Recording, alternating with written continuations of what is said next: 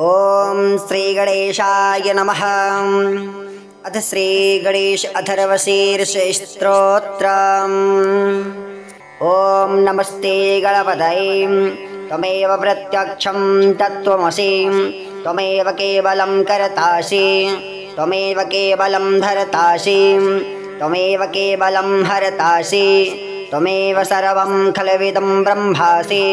त्वं साक्षादात्मासि नित्यं ऋतं वच्मि सत्यं वच्मि अवत्वं माम् अवभक्तारम् अवश्रोतारम् अवदातारम् अवधातारम् अवानूचानमवशिष्यम् अवपुरस्तात् अवदक्षिणात्तात् अवपश्चात्तात् अवोत्तरात्तात् अवचोर्ध्वात्तात् अवाधरात्तात् शर्वतो मां पाहि पाहि समन्तात्। त्वं वाङ्मयस्त्वं चिन्मयः त्वमानन्दमयस्त्वं ब्रह्ममयः त्वं सच्चिदानन्दादितीयोऽसि त्वं प्रत्यक्षं ब्रह्मासि त्वं ज्ञानमयो विज्ञानमयोऽसि सर्वं जगदिदं त्वत्तो जायते सर्वं जगदिदं त्वत्तस्तिष्ठति सर्वं जगदिदं त्वयि लयमेष्यति सर्वं जगदिदं त्वयि प्रत्येति। त्वं भूमिरापो नलो नीलो नभः त्वं चत्वारि वाक्पदानि त्वं गुणत्रयातीतः त्वम् अवस्थात्रयातीतः त्वं देहत्रयातीतः त्वं कालत्रयातीतः त्वं मूलाधारस्थितोऽसि नित्यं त्वं शक्तित्रयात्मकः त्वां योगिनो ध्यायन्ति नित्यं त्वं ब्रह्मा त्वं विष्णुस्त्वं रुद्रस्त्वामिन्द्रस्त्वामग्निस्त्वं वायुस्त्वं सूर्यस्त्वं चन्द्रमास्त्वं ब्रह्मभूर्भुवः स्वरम् गणादिं पूर्वमुच्चार्य वर्णादिं तदनन्तरम् अनिस्वारः परतरः अर्धेन्दुरसतं तारेण रुद्धम् एतत्तव वनस्वरूपं गकारः पूर्वरूपम् अकारो मध्यमरूपम् अनुस्वारश्चान्तरूपं बिन्दुरुत्तररूपं नादः सन्धानं संहिता सन्धिः सैषा गणेश विद्या गणकऋषिः निचरिद्गायत्री छन्दः श्री गणपतिर्देवता। ओम गंगणपतये नमः। एकदन्ताय विद्महे वक्रतुण्डाय धीमहि तन्नो दन्तिः प्रचोदयात्। ओम नमस्ते गणपतये त्वमेव प्रत्यक्षं तत्त्वमसि त्वमेव केवलं कर्तासि त्वमेव केवलं धर्तासि त्वमेव केवलं हर्तासि त्वमेव सर्वं खल्विदं ब्रह्मासि त्वं साक्षादात्मासि नित्यं ऋतं वच्मि सत्यं वच्मि अवत्वं माम् अवभक्तारम् अवश्रोतारम् अवदातारम् अवधातारम् अवानूचान्मवशिष्यम् अवपुरस्तात् अवदक्षिणात्तात् अवपश्चात्तात् अवोत्तरात्तात् अवचोर्ध्वात्तात् अवाधरात्तात् सर्वतो मां पाहि पाहि समन्तात्। त्वं वाङ्मयस्त्वं चिन्मयः त्वमानन्दमयस्त्वं ब्रह्ममयः त्वं सच्चिदानन्दादितीयोऽसि त्वं प्रत्यक्षं ब्रह्मासि त्वं ज्ञानमयो विज्ञानमयोऽसि सर्वं जगदिदं त्वत्तो जायते सर्वं जगदिदं त्वत्तस्तिष्ठति सर्वं जगदिदं त्वयि लयमेष्यति सर्वं जगदिदं त्वयि प्रत्येति। त्वं भूमिरापो नलो नीलो नभः त्वं चत्वारि वाक्पदानि त्वं गुणत्रयातीतः त्वम् अवस्थात्रयातीतः त्वं देहत्रयातीतः त्वं कालत्रयातीतः त्वं मूलाधारस्थितोऽसि नित्यं त्वं शक्तित्रयात्मकः त्वां योगिनो ध्यायन्ति नित्यं त्वं ब्रह्मा त्वं विष्णुस्त्वं रुद्रस्त्वामिन्द्रस्त्वामग्निस्त्वं वायुस्त्वं सूर्यस्त्वं चन्द्रमास्त्वं ब्रह्मभूर्भुवः स्वरम् गणादिं पूर्वमुच्चार्य वर्णादिंस्तदनन्तरम् अनुस्वारः परतरः अर्धेन्दुलसितं तारेण रुद्धम् एतत्तव मनुस्वरूपं गकारः पूर्वरूपम् अकारो मध्यमरूपम् अनुस्वारश्चान्त्यरूपम् बिन्दुरुत्तररूपम् नादः संहिता संधि सैषा गणेश विद्या गणकर्षिः निचृद्गायत्री छन्दः श्रीगणपतिर्देवता ॐ गङ्गणपतये नमः। एकदन्ताय विद्महे वक्रतुण्डाय धीमहि तन्नो दन्तिः प्रचोदयात्। ॐ नमस्ते गणपतये त्वमेव प्रत्यक्षं तत्त्वमसि त्वमेव केवलं कर्तासि त्वमेव केवलं धर्तासि त्वमेव केवलं हर्तासि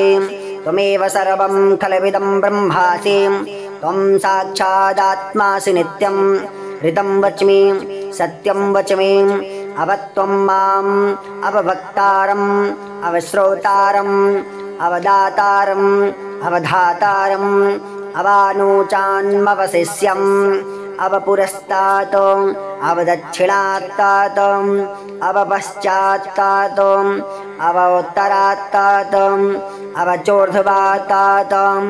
अवाधरात्तात् सर्वतो मां पाहि पाहि समन्तात्। त्वं वाङ्मयस्त्वं चिन्मयः त्वमानन्दमयस्त्वं ब्रह्ममयः त्वं सच्चिदानन्दादितेयोऽसि त्वं प्रत्यक्षं ब्रह्मासि त्वं ज्ञानमयो विज्ञानमयोऽसि सर्वं जगदिदं त्वत्तो जायते सर्वं जगदिदं त्वत्तस्तिष्ठति सर्वं जगदिदं त्वयिलयमेष्यति सर्वं जगदिदं त्वयि प्रत्येति त्वं भूमिरापो नलो निलो नभः त्वं चत्वारि वाक्पदानि त्वं गुणत्रयातीतः त्वम् अवस्थात्रयातीतः त्वं देहत्रयातीतः त्वं कालत्रयातीतः त्वं मूलाधारास्थितोऽसि नित्यं त्वं शक्तित्रयात्मकः त्वां योगिनो ध्यायन्ति नित्यं त्वं ब्रह्मा त्वं विष्णुस्त्वं रुद्रास्त्वम् इन्द्रस्त्वम् अग्निस्त्वं वायुस्त्वं सूर्यास्त्वं चन्द्रमास्त्वं ब्रह्मभूर्भुवः स्वरम् गणादिं पूर्वमुच्चार्य वर्णादिंस्तदनन्तरम् अनुस्वारः परतरः अर्धेन्दुलसितं तारेण रुद्धम् एतत्तव मनुस्वरूपं गकारः पूर्वरूपम् अकारो मध्यमरूपम् अनुस्वारश्चान्त्यरूपम् बिन्दुरुत्तररूपम् नादः संहिता संधि सैषा गणेश विद्या गणकर्षिः निचृद्गायत्री छन्दः श्रीगणपतिर्देवता ॐ गङ्गणपतये नमः। एकदन्ताय विद्महे वक्रतुण्डाय धीमहि तन्नो दन्तिः प्रचोदयात्। ॐ एकदन्तं चतुर्हस्तं पाशमङ्कुशधारिणं रथं च वरदं हस्तैर्बिभ्रालं मूषकध्वजं रक्तं लम्बोदरं शूर्प कर्णकं रक्तवाससं रक्तगन्धानुलिप्ताङ्गं रक्तपुष्पैः सुपूजितं भक्तानुकम्पिनं देवं जगत्कारणमच्युतम् आविर्भूतं च सृष्ट्यादौ प्रकृतिः पुरुषात् परम् एवं ध्यायति यो नित्यं स योगी योगिनां वरः। नमो व्रातपतये नमो गणपतये नमः प्रमथपतये नमस्ते स्तुलम्बोदरायैकदन्ताय विघ्नविनाशिने शिवसुदाय श्रीवरदमूर्तये नमः। एतद्धर्वशीर्षयोधीते सा ब्रह्मभूयाय कल्पते स सर्वविघ्नैर्न बाध्यते स सर्वत्र सुखमेधते स पञ्चमहापापात् प्रमुच्यते सायं ध्येयानो दिवसकृतं पापं नाशयते प्रातर्ध्येयानो रात्रिकृतं पापं नाशयते सायं प्रातः प्रयुञ्जानो पापो भवति सर्वत्राधियानोपविघ्नोपभवति धर्मार्थकाममोक्षं च विन्दते इदमथर्वशीर्षमशिष्याय न देयं यो यदि मोहाद्दास्यते स पापेयान् भवति सहस्रावर्तनाद्यं यं काममधीते तं तं नेन साध्येत अनेन गणपतेमभिषिञ्चते स वाग्मे भवते चतुर्थ्या मनस्सृञ्जपते स विद्यावान् भवते इत्यथर्वणवाक्यं ब्रह्माद्यावरणं विद्यान्न बिभेति कदाचनेति यो दूर्वाङ्कुरैर्यजते स वैष्णवोपमो भवति यो लाजैर्यजते स यशोवान् भवति स मेधावान् भवति यो मोदकसहस्रेण यजते स वाञ्छितफलमवाप्नोति यस्याज्ञासमितिभिर्यजते स सर्वं लभते अष्टौ ब्राह्मणान् साम्यग्राहयित्वा सूर्यवर्चस्वे भवते सूर्यग्रहे महानद्यां प्रतिमासन्निधौ वा जप्त्वा सिद्धमन्त्रो भवते महाविघ्नात् प्रमुच्यते महादोषात् प्रमुच्यते महाप्रत्यवायात् प्रमुच्यते स सर्वविद् भवति य एवं वेद इत्युपनिषत्। ॐ शान्तिः शान्तिः शान्तिः। ॐ नमस्ते गणपतये त्वमेव प्रत्यक्षं तत्त्वमसि त्वमेव केवलं कर्तासि त्वमेव केवलं धर्तासि त्वमेव केवलं हर्तासि त्वमेव सर्वं खल्विदं ब्रह्मासि त्वं साक्षादात्मासि नित्यं ऋतं वच्मि सत्यं वच्मि अवत्वं माम् अवभक्तारम् अवश्रोतारम् अवदातारम् अवधातारम् अवानूचानमवशिष्याम् अवपुरस्तात् अवदक्षिणात्तात् अवपश्चात्तात् अवोत्तरात्तात् अवचोर्ध्वात्तात् अवाधरात्तात् शर्वतो मां पाहि पाहि समन्तात् त्वं वाङ्गमयस्त्वं चिन्मयः त्वमानन्दमयस्त्वं ब्रह्ममयः त्वं सच्चिदानन्दादितीयोऽसि त्वं प्रत्यक्षं ब्रह्मासि त्वं ज्ञानमयो विज्ञानमयोऽसि सर्वं जगदिदं त्वत्तो जायते सर्वं जगदिदं त्वत्तस्तिष्ठति सर्वं जगदिदं त्वयि लयमेष्यति सर्वं जगदिदं त्वयि प्रत्येति त्वं भूमिरापो नलो निलो नभः त्वं चत्वारि वाक्पदानि त्वं गूढत्रयातीतः त्वम् अवस्थात्रयातीतः त्वं देहत्रयातीतः त्वं कालत्रयातीतः त्वं मूलाधारास्थितोऽसि नित्यं त्वं शक्तित्रयात्मकः त्वां योगिनो ध्यायन्ति नित्यं त्वं ब्रह्मा त्वं विष्णुस्त्वं रुद्रस्त्वामिन्द्रस्त्वामग्निस्त्वं वायुस्त्वं सूर्यस्त्वं चन्द्रमास्त्वं ब्रह्मभूर्भुवः स्वरं गणादिं पूर्वमुच्चार्य वर्णादिंस्तदनन्तरम् अनिस्वारः परतरः अर्धेन्दुरसतं तारेण रुद्धम्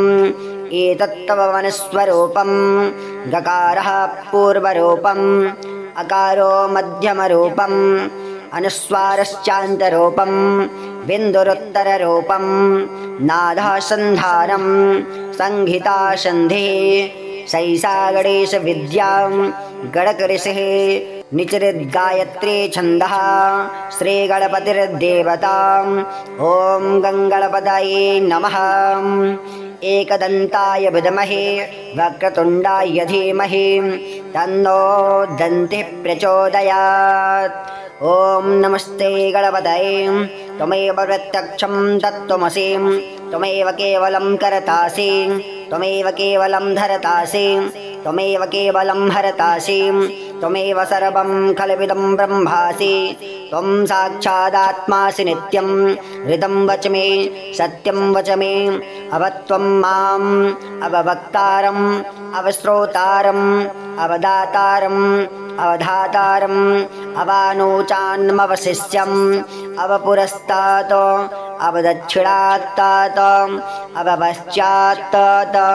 अवोत्तरात्तात् अवचोर्ध्वात्तात् अवाधरात्तात् सर्वतो मां पाहि पाहि समन्तात् त्वं वाङ्मयस्त्वं चिन्मयः त्वमानन्दमयस्त्वं ब्रह्ममयः त्वं सच्चिदानन्दादितेयोऽसि त्वं प्रत्यक्षं ब्रह्मासि त्वं ज्ञानमयो विज्ञानमयोऽसि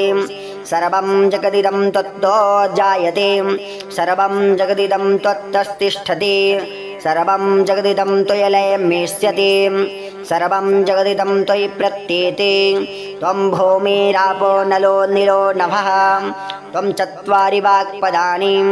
त्वं गोलत्रयातीतः त्वमवस्थात्रयातीतः त्वं देहत्रयातीतः त्वं कालत्रयातीतः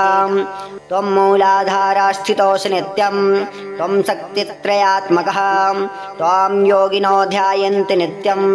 त्वं ब्रह्मा त्वं विष्णुस्त्वं रुद्रास्त्वमिन्द्रस्त्वमगणेस्त्वं वायोस्त्वं सूर्यास्त्वं चन्द्रमास्त्वं ब्रह्मभूर्भुवः स्वरं गणादिं पूर्वमुच्चार्य वर्णादिंस्तदनन्तरम् अनुस्वारः परतरः अर्धेन्दुलसितं तारेण रुद्धम् एतत्तव मनुस्वरूपं गकारः पूर्वरूपम् अकारो मध्यमरूपम् अनुस्वारश्चान्त्यरूपं बिन्दुरुत्तररूपं नादसन्धानं संहिता संधि सैषा गणेश विद्या गणकर्षिः निचृद्गायत्री छन्दः श्रीगणपतिर्देवता ॐ गङ्गणपतये नमः एकदन्ताय विद्महे वक्रतुण्डाय धीमहि तन्नो दन्तिः प्रचोदयात् ॐ नमस्ते गणपतये त्वमेव प्रत्यक्षं तत्त्वमसि त्वमेव केवलं कर्तासि त्वमेव केवलं धर्तासि त्वमेव केवलं हर्तासि त्वमेव सर्वं खलविदं ब्रह्मासि त्वं साक्षादात्मासि नित्यं ऋतं वच्मि सत्यं वच्मि अवत्वं माम् अवभक्तारम् अवश्रोतारम् अवदातारम् अवधातारम् अवानोचान्मवशिष्यम् अवपुरस्तात् अवदक्षिणात्तात् अवपश्चात्तात् अवोत्तरात्तात् अवचोर्ध्वात्तात् अवाधरात्तात् सर्वतो मां पाहि पाहि समन्तात् त्वं वाङ्मयस्त्वं चिन्मयः त्वमानन्दमयस्त्वं ब्रह्ममयः त्वं सच्चिदानन्दादितेयोऽसि त्वं प्रत्यक्षं ब्रह्मासि त्वं ज्ञानमयो विज्ञानमयोऽसि सर्वं जगदिदं त्वत्तो जायते सर्वं जगदिदं त्वत्तस्तिष्ठति सर्वं जगदिदं त्वयलयमेष्यति सर्वं जगदिदं त्वयि प्रत्येति त्वं भूमिरापो नलो निलो नभः त्वं चत्वारि वाक्पदानि त्वं गोलत्रयातीतः त्वम् अवस्थात्रयातीतः त्वं देहत्रयातीतः त्वं कालत्रयातीतः त्वं मूलाधारस्थितोऽसि नित्यं त्वं शक्तित्रयात्मकः त्वां योगिनो ध्यायन्ति नित्यं त्वं ब्रह्मा त्वं विष्णुस्त्वं रुद्रास्त्वमिन्द्रस्त्वम् अगणेस्त्वं वायोस्त्वं सूर्यास्त्वं चन्द्रमास्त्वं ब्रह्मभूर्भुवः स्वरं गणादिं पूर्वमुच्चार्य वर्णादिंस्तदनन्तरम् अनुस्वारः परतरः अर्धेन्दुलसितं तारेण रुद्धम् एतत्तव मनुस्वरूपं गकारः पूर्वरूपम् अकारो मध्यमरूपम् अनुस्वारश्चान्त्यरूपं बिन्दुरुत्तररूपं नादसन्धानं संहिता संधि सैषा गणेश विद्या गणकर्षिः निचृद्गायत्री छन्दः श्रीगणपतिर्देवता ॐ गङ्गणपतये नमः एकदन्ताय विद्महे वक्रतुण्डाय धीमहि तन्नो दन्तिः प्रचोदयात् ॐ एकदन्तं चतुरहस्तं पाशमङ्कुशधारिणं रदं च वरदं हस्तैर्बिभ्रालं मूषकध्वजं रक्तं लम्बोदरं शूर्प कर्णकं रक्तवाससं रक्तगन्धानुलिप्ताङ्गं रक्तपुष्पैः सुपूजितं भक्तानुकम्पिनं देवं जगत्कारणमच्युतम् आविर्भूतं च सृष्ट्यादौ प्रकृतिः पुरुषात् परम् एवं ध्यायति यो नित्यं स योगी योगिनां वरः। नमो व्रातपदये नमो गणपतये नमः प्रमथपदये नमस्ते स्तुलम्बोदराय एकदन्ताय विघ्नविनाशिने शिवसुदाय श्रीवरदमूर्तये नमः। एतद्धर्वशीर्षयोधीते सा ब्रह्मभूयाय कल्पते स सर्वविघ्नैर्न बाध्यते स सर्वत्र सुखमेधते स पञ्चमहापापात् प्रमुच्यते सायं ध्येयानो दिवसकृतं पापं नाशयते प्रातर्ध्येयानो रात्रिकृतं पापं नाशयते सायं प्रातः प्रयुञ्जानो पापो भवति सर्वत्राधियानोपविघ्नोपभवति धर्मार्थकाममोक्षं च विन्दते इदमथर्वशीर्षमशिष्याय न देयं यो यदि मोहाद्दास्यते स पापेयान् भवति सहस्रावर्तनाद्यं यं काममधीते तं नेन साध्येत अनेन गणपतेमभिषिञ्चते स वाग्मे भवते चतुर्थ्या मनस्सृञ्जपते स विद्यावान् भवते इत्यथर्वणवाक्यं ब्रह्माद्यावरणं विद्यान्न बिभेति कदाचनेति यो दूर्वाङ्कुरैर्यजते स वैष्णवोपमो भवति यो लाजैर्यजते स यशोवान् भवति स मेधावान् भवति यो मोदकसहस्रेण यजते स वाञ्छितफलमवाप्नोति यस्याज्या समितिभिर्यजते स सर्वं लभते अष्टौ ब्राह्मणान् साम्यग्राहयित्वा सूर्यवर्चस्वे भवते सूर्यग्रहे महानद्यां प्रतिमासन्निधौ वा जप्त्वा सिद्धमन्त्रो भवते महाविघ्नात् प्रमुच्यते महादोषात् प्रमुच्यते महाप्रत्यवायात् प्रमुच्यते स सर्वविद् भवति य एवं वेद इत्युपनिषत्। ॐ शान्तिः शान्तिः शान्तिः। ॐ नमस्ते गणपतये त्वमेव प्रत्यक्षं तत्त्वमसि त्वमेव केवलं कर्तासि त्वमेव केवलं धर्तासि त्वमेव केवलं हर्तासि त्वमेव सर्वं खलविदं ब्रह्मासि त्वं साक्षादात्मासि नित्यं ऋतं वच्मि सत्यं वच्मि अवत्वं माम् अवभक्तारम् अवश्रोतारम् अवदातारम् अवधातारम् अवानूचानमवशिष्यम् अवपुरस्तातो अवदक्षिणात्तातो अवपश्चात्तातो अवोत्तरात्तातो अवचोर्ध्वात्तातो अवाधरात्तातो शर्वतो मां पाहि पाहि समन्तातो त्वं वाङ्गमयस्त्वं चिन्मयः त्वमानन्दमयस्त्वं ब्रह्ममयः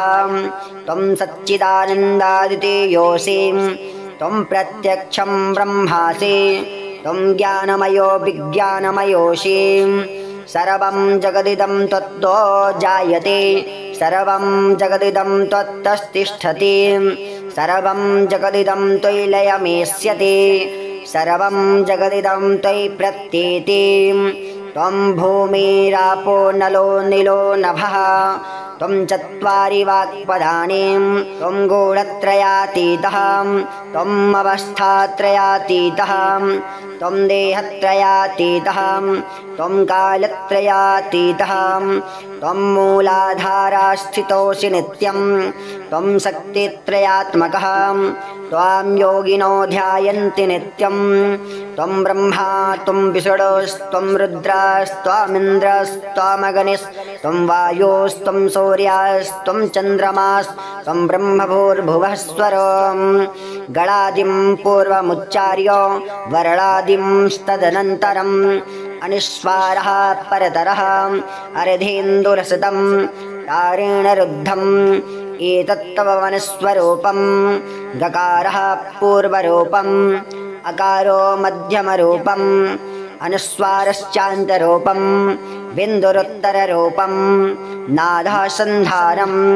संहिता सन्धिः सैषा गणेश विद्या गणकऋषिः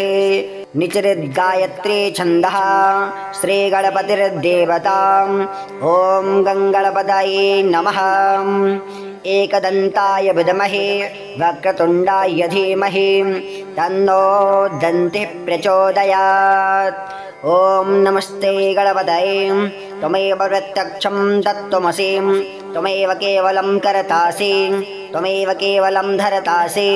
त्वमेव केवलं हर्तासि त्वमेव सर्वं खल्विदं ब्रह्मासि त्वं साक्षादात्मासि नित्यं ऋतं वच मे सत्यं वच मे अवत्वं माम् अववक्तारम् अवश्रोतारम् अवदातारम् अवधातारम् अवानोचान्मवशिष्यम् अवपुरस्तात् अवदक्षिणात्तात् अवपश्चात्तात् अवोत्तरात्तात् अवचोर्ध्वात्तात् अवाधरात्तात् सर्वतो मां पाहि पाहि समन्तात्। त्वं वाङ्मयस्त्वं चिन्मयः त्वमानन्दमयस्त्वं ब्रह्ममयः त्वं सच्चिदानन्दादितेयोऽसि त्वं प्रत्यक्षं ब्रह्मासि त्वं ज्ञानमयो विज्ञानमयोऽसि सर्वं जगदिदं त्वत्तो जायते सर्वं जगदिदं त्वत्तस्तिष्ठति सर्वं जगदिदं त्वयि लयमेष्यति सर्वं जगदिदं त्वयि प्रत्येते त्वं भूमिरापो नलो निलो नभः त्वं चत्वारि वाक्पदानि त्वं गोलत्रयातीतः त्वम् अवस्थात्रयातीतः त्वं देहत्रयातीतः त्वं कालत्रयातीतः त्वं मूलाधारास्थितोऽसि नित्यं त्वं शक्तित्रयात्मकः त्वां योगिनो ध्यायन्ति नित्यं त्वं ब्रह्मा त्वं विष्णुस्त्वं रुद्रस्त्वामिन्द्रस्त्वामग्निस्त्वं वायुस्त्वं सूर्यस्त्वं चन्द्रमास्त्वं ब्रह्मभूर्भुवः स्वरं गणादिं पूर्वमुच्चार्य वर्णादिंस्तदनन्तरम् अनुस्वारः परतरः अर्धेन्दुलसितं तारेण रुद्धम् एतत्तव वनस्वरूपं गकारः पूर्वरूपम् अकारो मध्यमरूपम् अनुस्वारश्चान्त्यरूपं बिन्दुरुत्तररूपं नादः सन्धानं संहिता सन्धिः सैषा गणेश विद्या गणकऋषिः निचरिद्गायत्री छन्दः श्रीगणपतिर्देवता ॐ गङ्गणपतये नमः। एकदन्ताय विद्महे वक्रतुण्डाय धीमहि तन्नो दन्तिः प्रचोदयात्। ॐ नमस्ते गणपतये त्वमेव प्रत्यक्षं तत्त्वमसि त्वमेव केवलं कर्तासि त्वमेव केवलं धर्तासि त्वमेव केवलं हर्तासि त्वमेव सर्वं खल्विदं ब्रह्मासि त्वं साक्षादात्मासि नित्यं ऋतं वच मे सत्यं वच मे अवत्वं माम् अववक्तारम् अवश्रोतारम् अवदातारम् अवधातारम् अवानोचान्मवशिष्यम् अवपुरस्तात् अवदक्षिणात्तात् अवपश्चात्तात् अवोत्तरात्तात् अवचोर्ध्वात्तात् अवाधरात्तात् सर्वतो मां पाहि पाहि समन्तात्। त्वं वाङ्मयस्त्वं चिन्मयः त्वमानन्दमयस्त्वं ब्रह्ममयः त्वं सच्चिदानन्दादितेयोऽसि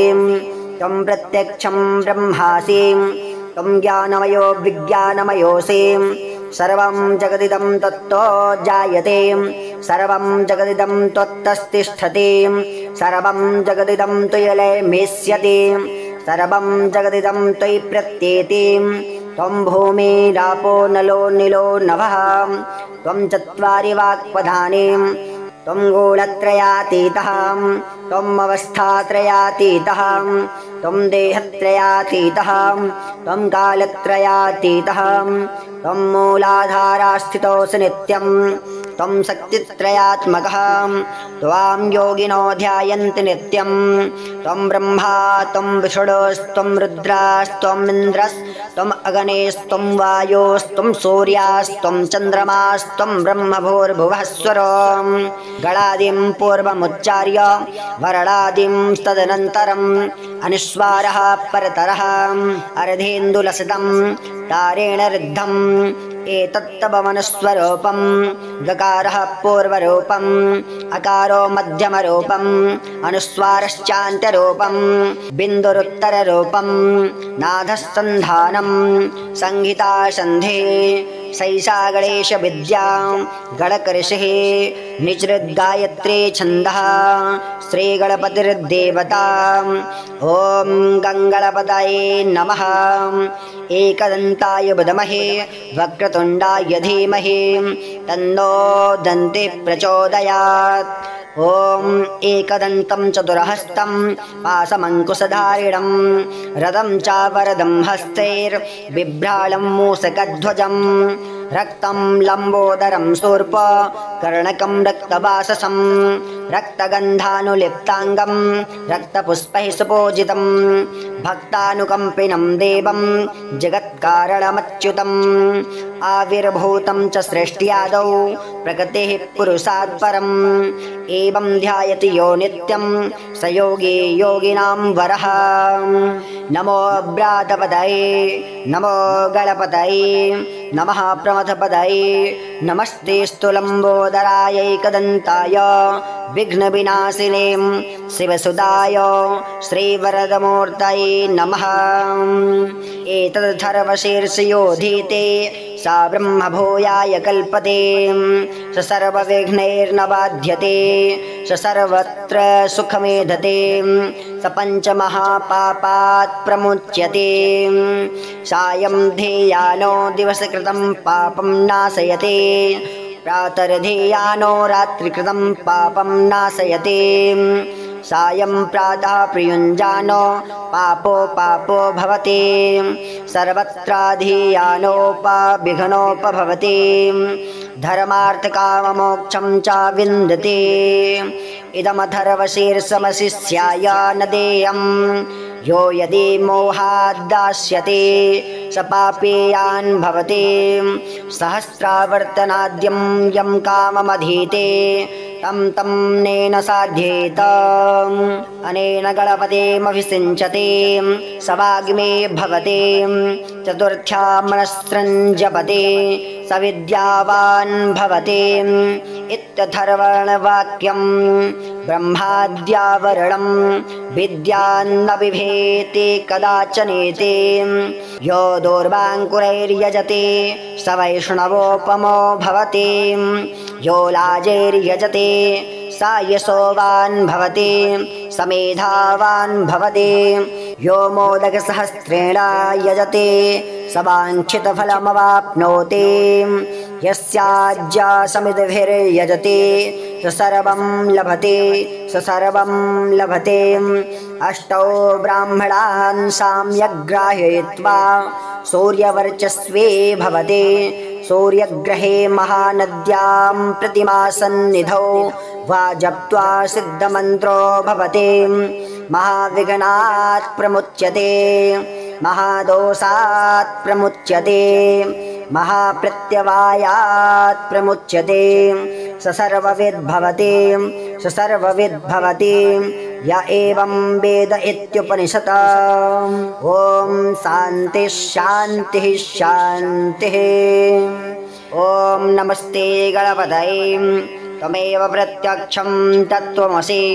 त्वमेव केवलं कर्तासि त्वमेव केवलं धर्तासि त्वमेव केवलं हर्तासि त्वमेव सर्वं खलविदं ब्रह्मासि त्वं साक्षादात्मासि नित्यं ऋतं वच्मि सत्यं वच्मि अवत्वं माम् अवभक्तारम् अवश्रोतारम् अवदातारम् अवधातारम् अवानूचानमवशिष्याम् अवपुरस्तात् अवदक्षिणात्तात् अवपश्चात्तात् अवोत्तरात्तात् अवचोर्ध्वात्तात् अवाधरात्तात् शर्वतो मां पाहि पाहि समन्तात् त्वं वाङ्गमयस्त्वं चिन्मयः त्वमानन्दमयस्त्वं ब्रह्ममयः त्वं सच्चिदानन्दादितीयोऽसि त्वं प्रत्यक्षं ब्रह्मासि त्वं ज्ञानमयो विज्ञानमयोऽसि सर्वं जगदिदं त्वत्तो जायते सर्वं जगदिदं त्वत्तस्तिष्ठति सर्वं जगदिदं त्वयि लयमेष्यति सर्वं जगदिदं त्वयि प्रत्येति त्वं भूमिरापो नलो निलो नभः त्वं चत्वारि वाक्पदानि त्वं गूढत्रयातीतः त्वम् अवस्थात्रयातीतः त्वं देहत्रयातीतः त्वं कालत्रयातीतः त्वं मूलाधारास्थितोऽसि नित्यं त्वं शक्तित्रयात्मकः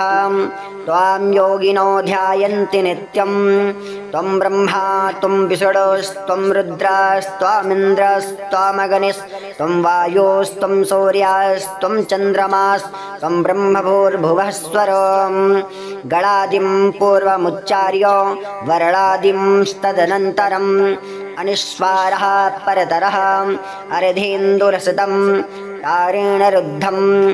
एतत्तव वनस्वरूपं गकारः पूर्वरूपम्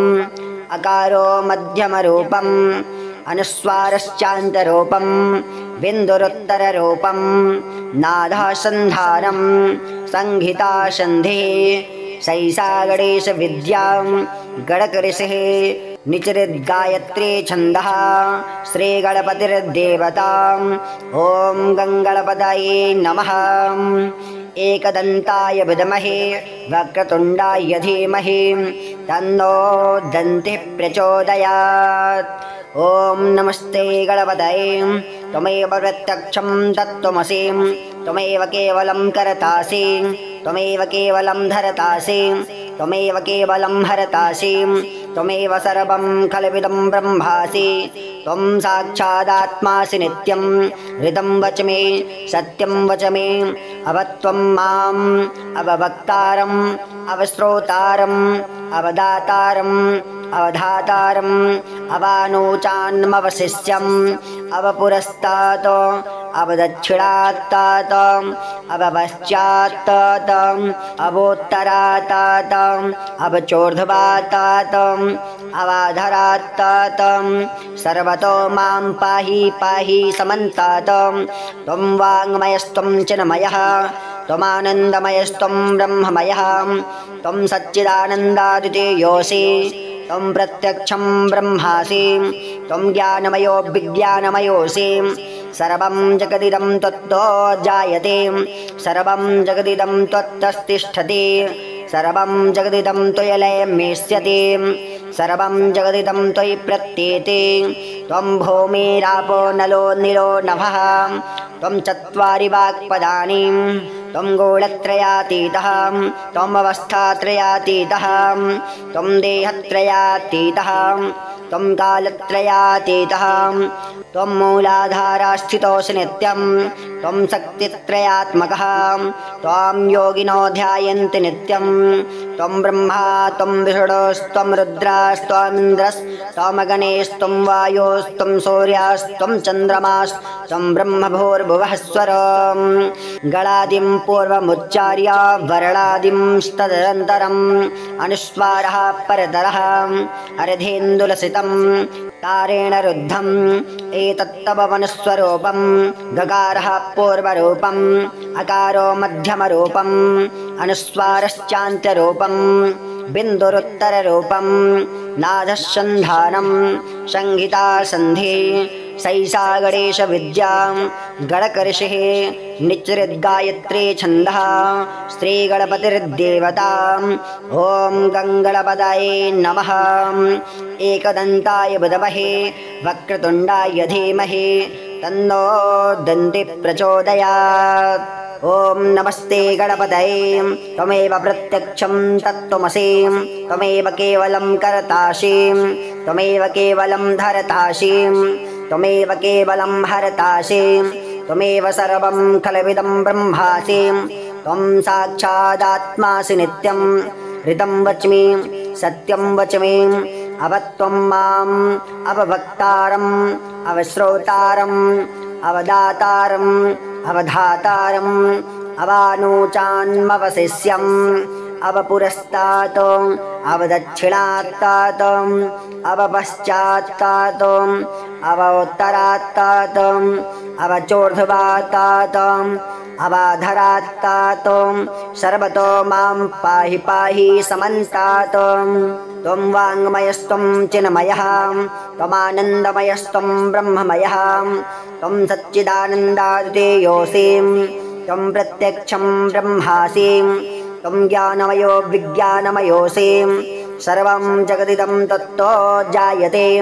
सर्वं जगदिदं त्वत्तस्तिष्ठति सर्वं जगदिदं त्वयिलयमेष्यति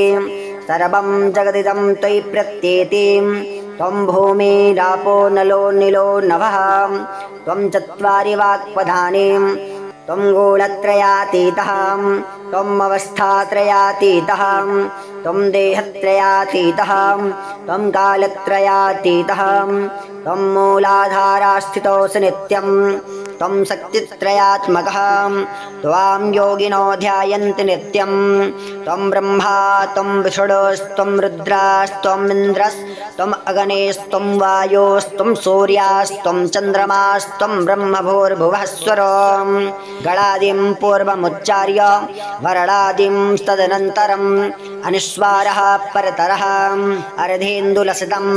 तारेण रुद्धम् एतत्तवमनुस्वरूपं गकारः पूर्वरूपम् अकारो मध्यमरूपम् अनुस्वारश्चान्त्यरूपम् बिन्दुरुत्तररूपम् नादः संहिता सन्धि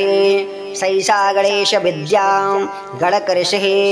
निचृद्गायत्री छन्दः श्रीगणपतिर्देवता ॐ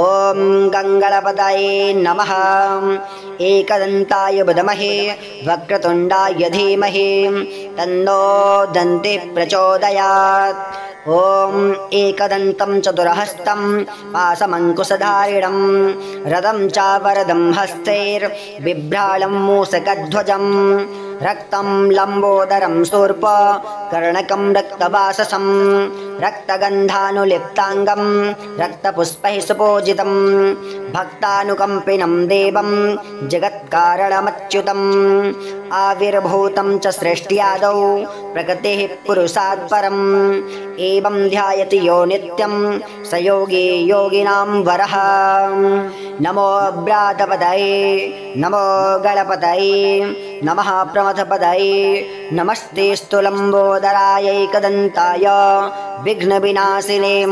शिवसुदाय श्रीवरदमूर्तये नमः।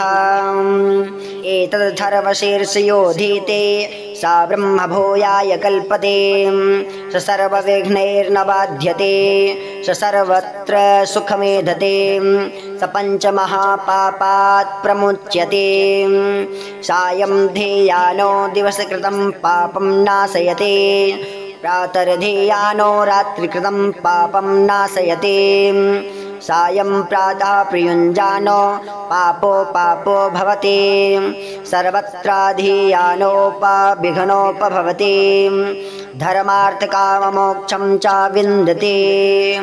इदमथर्वशीर्षमशिष्याय न देयं यो यदि मोहाद्दास्यते स पापेयान् भवति सहस्रावर्तनाद्यं यं काममधीते